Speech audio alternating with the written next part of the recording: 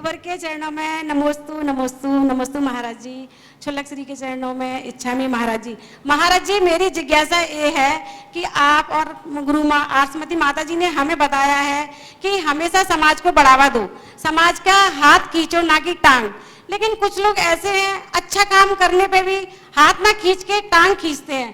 तो इसमें महाराज जी मेरी जिज्ञासा ये है कि अपन अच्छे मन से कोई काम कर रहे हैं तो उसका अपन को फल मिलना चाहिए, परंतु फल ना मिलके तो इसमें हमारा मतलब पुण्य कमजोर पड़ रहा है कि जो टांग खींच रहा है उसका पाप का बन है।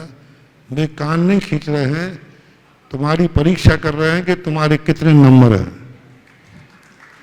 उनको कान खींचना क्यों कहते?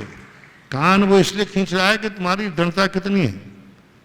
यदि तुम्हारी दृढ़ता हुई तो कान तो क्या प्राण भी खींच लेगा तो भी वो काम नहीं छोड़ेगा। और जो कान खींचने में डर जाएगा, इसका अर्थ है कि वो कच्चे नंबर पर है। कोई भी प्रतिकूल परिस्थिति आती है तो उसे विघ्न मत मानो।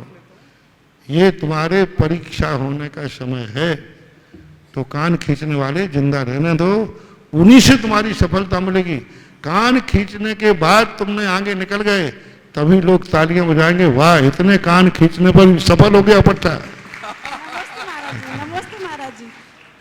चलिए, बहुत बहुत धन्यवाद। मेरा प्रश्न ये है कि तीर्थंकर 24 ही क्यों होते हैं? भविष्यकाल, भूतकाल और वर्तमान काल 25 और 23 क्यों नहीं हुए?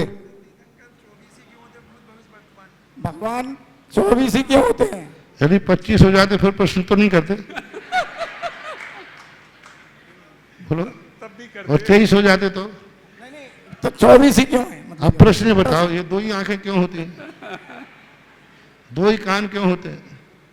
तो ये नियोग है, कहीं ना कहीं कोई संख्या का तो भ्रम होगा।